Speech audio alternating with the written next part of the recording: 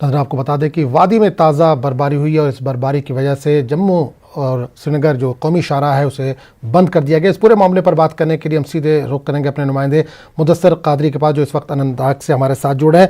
मुदस्सिर, सवाल ये पैदा होता है, ताज़ा जो बर्फबारी हुई है सयाह तो उससे खुश हैं, लेकिन लोगों की मुश्किलात में इजाफा हो गया, खासकर जो जम्मू श्रीनगर कौमी शाहराह पर फंसे हुए हैं।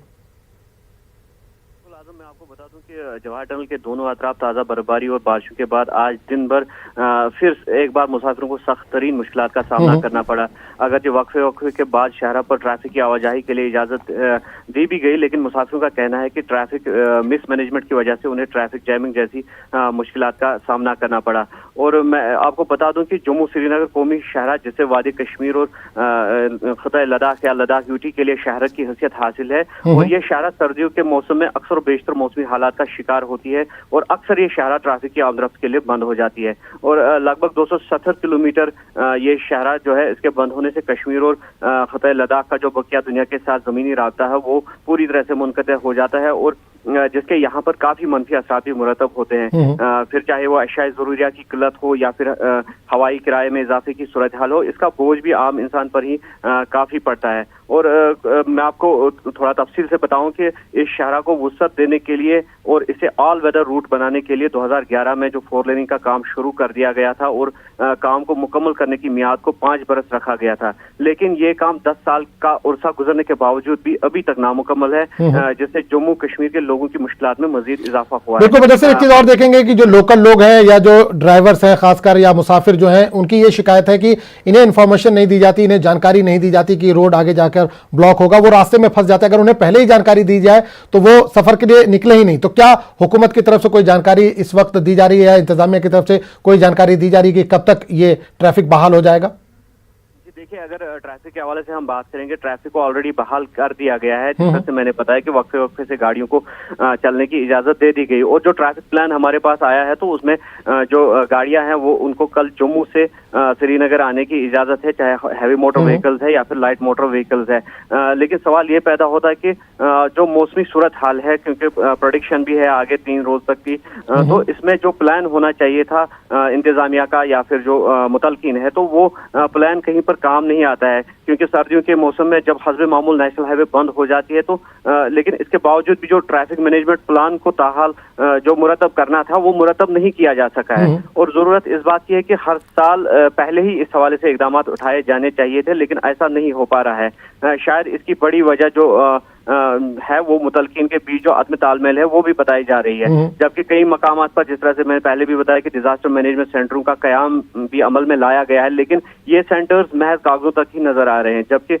इन सेंटर्स का मकसद जो था वो आफात समावी या फिर शाहरा के बंद होने के वक्त में जरूरतमंदों के काम आना था। लेकिन हर बार जब हम सूरत हाल का जायजा लेते हैं तो हमेशा लोग जो है मुसीबतों का रोना रोते हैं, और इनमें ड्राइवरों की जो है काफी तादाद होती है जो न सिर्फ 1 या 2 दिन बल्कि हफ्तों या हमने ये भी देखा है कि 15 दिनों तक भी वो ड्राइवर जो है दरमाना। चलिए, बहुत बहुत शुक्रिया मुदस्सिर कादरी से तमाम जानकारी के लिए। और बुलेटिन में बात करते हैं डीडीसी इंतखाबात से जुड़ी सरगर्मियों की। तो लोगों ने मंडेट दिया, कश्मीर आज भी हमारा बिल्कुल पीछे है। 370 खत्म किया, लोगों के खिलाफ जुड़े हुए हैं। सबका साथ, सबका विकास। हम जानते हैं कि लोगों को क्या क्या परेशानी है। झूठे और खोखले वादे किए। आवाम इसका फैसला करेगी। जहाँ प्लान बनते हैं और बंदर बांट होते हैं। स्टेट इलेक्शन कमिश्नर के शर्मा ने कहा कि डीडीसी इंतखाबात की तमाम तर तैयारियां मुकम्मल कर ली गई हैं। श्रीनगर में एक प्रेस कॉन्फ्रेंस से खिताब करते हुए के शर्मा ने कहा कि इंतखाबी दिनों और उम्मीदवारों के लिए सिक्योरिटी के मुनासिब इंतजाम किए गए। के शर्मा से जब ये पूछा गया कि ऐसी शिकायत आ रही है कि बाज़ उम्मीदवारों को आज़ादाना तौर पर मुहिम चलाने का मौका नहीं दिया जा रहा है, तो इसके जवाब में स्टेट इलेक्शन कमिश्नर ने कहा कि इन्हें अभी तक ऐसी कोई शिकायत मौसूल नहीं हुई है। के शर्मा ने मजीद कहा कि एनसी सदर डॉक्टर फारूक अब्दुल्ला की जानिब से इस ज़िम्मे में लिखे गए खत पर गौर किया जा रहा है। उन्होंने लोगों से बढ़ चढ़ कर वोटिंग में हिस्सा लेने की गुजारिश की।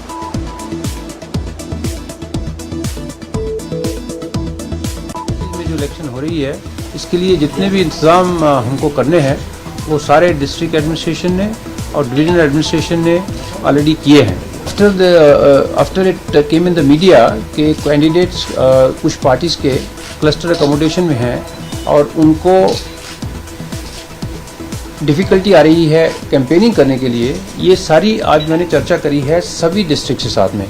मैं एक बार फिर कहना चाहूँगा कि जो भी कैंडिडेट को सिक्योर रखने के लिए क्लस्टर अकोमोडेशन में लाया गया है, उसमें बिल्कुल ये गोल नहीं है कि उसको प्रिवेंट किया जाएगा कैंपेनिंग करने के लिए। ये कंप्लेंट गलत है कि किसी को प्रिवेंट किया जा रहा है।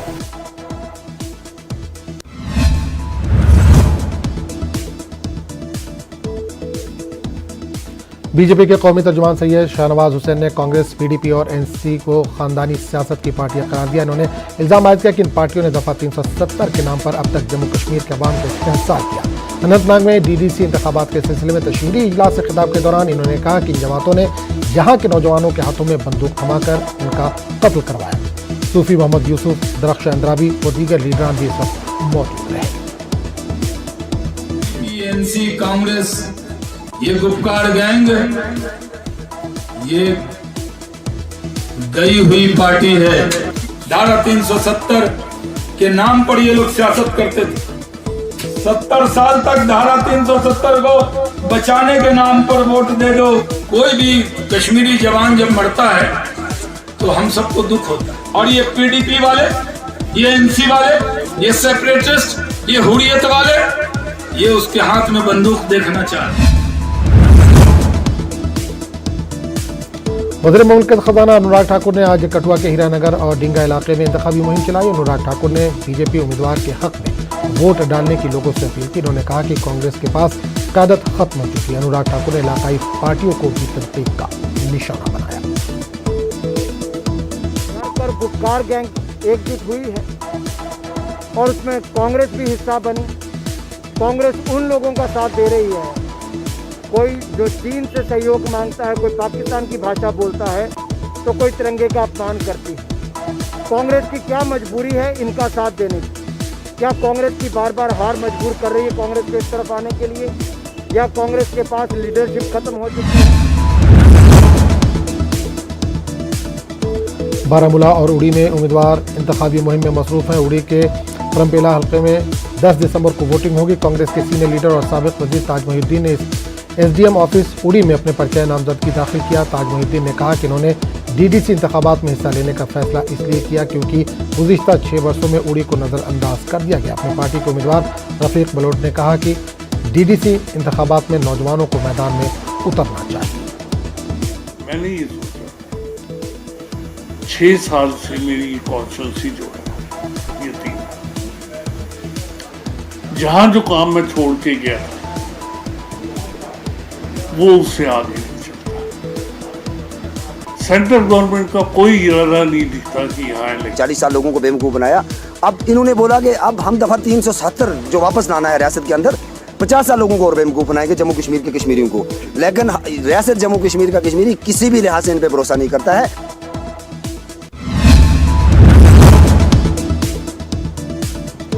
जम्मू कश्मीर अपनी पार्टी के सदर सैयद अल्ताफ बुखारी का कहना है कि जो लोग इख्तियार में बीजेपी के शरीक रहे और जो लोग बीजेपी हुकूमत में वजीर रहे वो इनकी पार्टी को बीजेपी की बी टीम करार दे रहे हैं। बांडीपुरा में पार्टी वर्करों के एक कन्वेंशन से खिताब करने के बाद मीडिया से बात करते हुए बुखारी का कहना था कि वो गुपकार अलायंस के खिलाफ नहीं है, ताहम वो झूठ के खिलाफ है। उस्मान मजीद, गुलाम हसन मीर और दीगर लीडरान भी इस वक्त मौजूद रहे। जहाँ कॉन्फ्लिक्ट एरिया होता है, जब कोई सच बोलने निकलता है, तरह तरह के इल्ज़ामात लगाए जाते हैं। वक्त प्रूव करेगा। आप मुझे बताइए, जिन लोगों ने 4 साल बीजेपी के साथ हाथ मिलाकर कोalition में सरकार की, वो भी टीम नहीं है। जिन लोगों ने उनकी सरकारों में बहिश्ते वजीर काम किया, वो भी टीम नहीं है। शर्म की ज़रा कर उनको बताइए करने के लिए, क्या हम लोग जो सच बोलते हैं और आवाम के पास जा रहे हैं, हम भी टीम है। डीडीसी इलेक्शन को लेकर कुपवाड़ा जिले में कागजात नामजदगी दाखिल करने का सिलसिला जारी है। इस बार ख्वातीन भी बड़ी तादाद में इलेक्शन में हिस्सा ले रही हैं। कादर ब्लॉक आउरा में बीजेपी की रजनी नामी कश्मीरी पंडित खातून ने फॉर्म दाखिल किया। इन्होंने कहा कि इन्हें अवाम की खिदमत करने का शौक है। आज़ाद उम्मीदवार आबिदा बेगम और गुपकार अलायंस के उम्मीदवार ताहिरा ने भी डीडीसी इलेक्शन के लिए फॉर्म जमा करवाया। मुसलमान मे बय बस बेन हूर बेन मे सारी वोट। भारतीय जनता पार्टी की तरफ से हमारी रजनी कुमारी जी ने यहाँ से फॉर्म सबमिट किया है तो ये एक संदेश है हमारी, ये पंडित बरादरी की एक बहन है यहाँ का ताल्लुक है। मैं किसी पार्टी से नहीं आई हूँ, मुझे किसी पार्टी से कोई लेना देना नहीं है। मैं बहसियत एक आज़ाद उम्मीदवार इलेक्शन लड़ने आई हूँ। मैं अवाम की आवाज़ बनकर अवाम के मसाइल मुश्किलात को सरकार तक पहुँचाने के लिए आई हूँ। गुफ्कार एनालिसिस जब हुआ है तो फिर गुफ्कार एनालिसिस के लोग साइड में प्रॉक्सी कैंडिडेट किस बुनियाद पर उठा रहे हैं। इसका मतलब ये जाहिर होता है कुछ लोग पर्दे के पीछे, कुछ पर्दे के आगे डिफरेंट गेम्स खेल रहे हैं। ये अवाम को बेवकूफ़ बना रहे हैं। अगर इन्होंने ये एनालिसिस करनी है फिर इसको मजबूत बनाना चाहिए। डीडीसी इंतखाबात के हवाले से पुलवामा में भी सरगर्मियां तेज हो गई हैं। आचा गुजा हल्के के लिए आज़ाद उम्मीदवार सलीमा बानो ने इंतखाबी मुहिम के तहत ज़िला पुलवामा के सदोनी और आवाहमा के अलावा मुलक्का बालाई इलाकों में घर घर जाकर मुहिम चलाई। इनके हमरा जम्मू कश्मीर गुज्जर बकरवाल कॉन्फ्रेंस के लीडर यासीन पोसवाल भी थे। मैं काम करूंगी, मेरी ख्वाहिश ये है, मैं लोगों का शुक्रिया अदा करना चाहती हूँ। हमें एक मौका दिया गवर्नमेंट का भी शुक्रिया अदा करना चाहती हूँ। हमें एक एसटी का ये एक मौका दिया। इंशाल्लाह मेरी ख्वाहिश ये है, मैं हर का काम अच्छा ही करूँगी और मेरा साथ यही लोगों का अच्छा, मैं इनका शुक्रगुजार। इसलिए 2001 से मैं बरादरी के हक़ में जद्दोजहद हमने जारी रखी है और अल्लाह का शुक्र कि आज अल्लाह ताला ने हमें वो मौका दिया है। हमें पोलिटिकल रिजर्वेशन की हमारी डिमांड थी, फॉरेस्ट एक्ट की हमारी जो भी डिमांडें हमारी थी, आज तक हमारे साथ इत्साल हुआ है। ये अल्लाह का फैसला है कि अल्लाह ताला ने आज की बात दूर दराज रहने वाले इलाकों में। पीपल्स अलायंस के उम्मीदवार मुख्तार अहमद बंद ने पुलवामा के लीदर हल्के से कागजात नामजदगी दाखिल किए। मुख्तार अहमद बंद ने कहा कि बीजेपी गलत पॉलिसियों के खिलाफ मैदान में आना है। उन्होंने कहा कि बीजेपी को जवाब देने के लिए सियासी मैदान में आना जरूरी है। मुख्तार अहमद के हमरा एनसी जिला सदर गुलाम मोहिउद्दीन मीर मौजूद थे।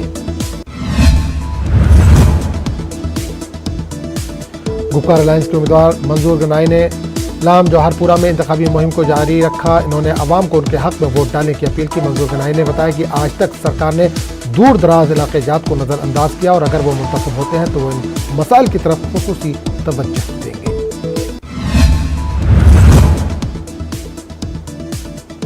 पुंछ ब्लॉक से बीजेपी उम्मीदवार इंजीनियर मोहम्मद रफीक चिश्ती ने आज अपना पर्चा नामजदगी दाखिल किया। बारिश के बावजूद मोहम्मद रफीक ने अपने सैकड़ों हामियों के हमरा पर्चा दाखिल किया। इन्होंने कहा कि बीजेपी लोगों को तरक्की के अहद की पाबंद है।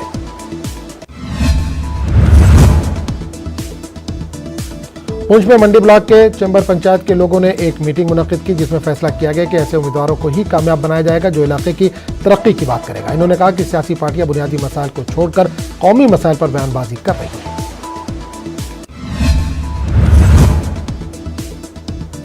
मरकजी वजीर जनरल वीके सिंह ने आज सांबा के विजयपुर में अवामी रैली से खिताब किया। उन्होंने गुफ्कार अलायंस को निशाना बनाया और कहा कि ये लोग जब इख्तिदार में रहते हैं तो इनका मौक़िफ़ अलग रहता है और दूसरे मौके पर वो अलग बयानबाजी करते हैं। सिंह ने लोगों से बीजेपी उम्मीदवार के हक में वोट देने की अपील की।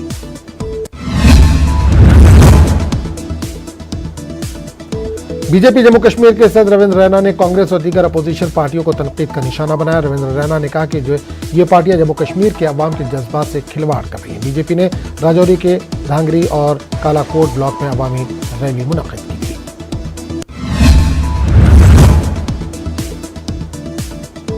राजौरी के धांगरी और कालाकोट ब्लॉक में 5वें मरहले के आखिरी दिन 22 उम्मीदवारों ने अपना पर्चा नामजदगी दाखिल किया। मुख्तलिफ पार्टियों के उम्मीदवारों ने अपने हामियों के हमरा कागजात नामजदगी दाखिल किया। उम्मीदवारों ने इलाके की तरक्की का वादा किया।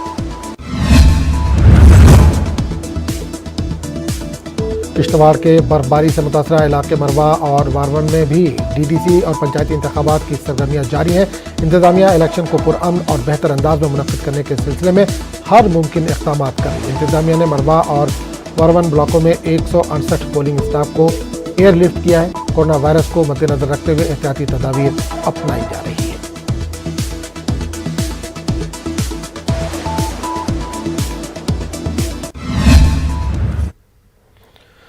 सुंदर के टारामा में राब्ता सड़क इंतहाई खस्ता हो चुकी है। लोगों को काफ़ी मुश्किलात दरपेश है। अब लोगों ने अपने लागत पर आज खुद बाजरी डाली है। लोगों का कहना था कि कई बार महकमे के नोटिस में लाया गया लेकिन कोई कार्रवाई अमल में नहीं आई। जब न्यूज़ 18 नुमाइंदे ने फ़ोन पर मुतल्लिका महकमे के एग्जीक्यूटिव इंजीनियर निसार अहमद से पूछा तो उन्होंने बहुत जल्द इस रोड की मरम्मत करने की यकीन दहानी कराई। रोड की इतनी बुरी हालात है क्योंकि यहाँ पर नियरेस्ट एक हॉस्पिटल है भाई दे, वहाँ पर बहुत सारी इमरजेंसी हुई, काफ़ी लोगों को दिक्कत भी होता है और पेशेंट को भी दिक्कत होता है। प्रासाद हुआ था दवा शायद तो मांग दवा किस परवाह वर बेकवर त्रो मगर हेको त्रित आसान कहें वह कर सिर्फ लिपर वलिम चान बाजर बोका त्रावान दोबन यन पे बसान तन पे रोद यह बेकार वह बाजर वल त्रावान पन बाजर कुन कुन जाए तो पकनावान गाड़ी वल। कल्चरल एकेडमी डोडा यूनिट ने भदरवा इंतजामिया के इश्तराक से हमा लिसानी मुशायरा मुनक़िद किया। कोविड के तनाजुर में SOPs का ख्याल रखते हुए ये मुशायरा मुनक़िद किया गया। चिनाब के मुख्तलिफ इलाकों से ताल्लुक़ रखने वाले शोरा ने उर्दू, भदरवा, कश्मीर और पंजाबी में अपना कलाम पेश किया। कल्चरल ऑफिसर गुलाब सैफी ने शिरकत की और शोरा और शुरका से इज़हार तशक्कुर किया। जानदार कथ वो कि वनकन पेंडेमिक यन हालातन मज दिल रंजनावन मजहिया मुशायरा स्तन या गज़लों का मुशायरा यह सा जान कथ जे प्रथ कुन जाए वनकन हेतन बेत वतबो मेलुन अदबस प्रेन पठन क्या वनकन हालात खराब तो वनकन बदरवाहस मज यमो दित मौका यतन शायरी पढ़ने लुकन हंद दिल रंजनावन कन यह बड़ जान कम गवर्नमेंट करन कि प्रथ कुन इदारस मन यिथ मुशायरे की वजह से ये जो 8-9 महीने दरम भरम सारा निज़ाम था, तो अब जाके थोड़ा सा हमें हुक्मनामा मिला है सेक्रेटरी की तरफ से कि कुछ एक्टिविटीज़ की जाएं। पहला जो है पहली जगह जो है भदरवा को ही चुना गया।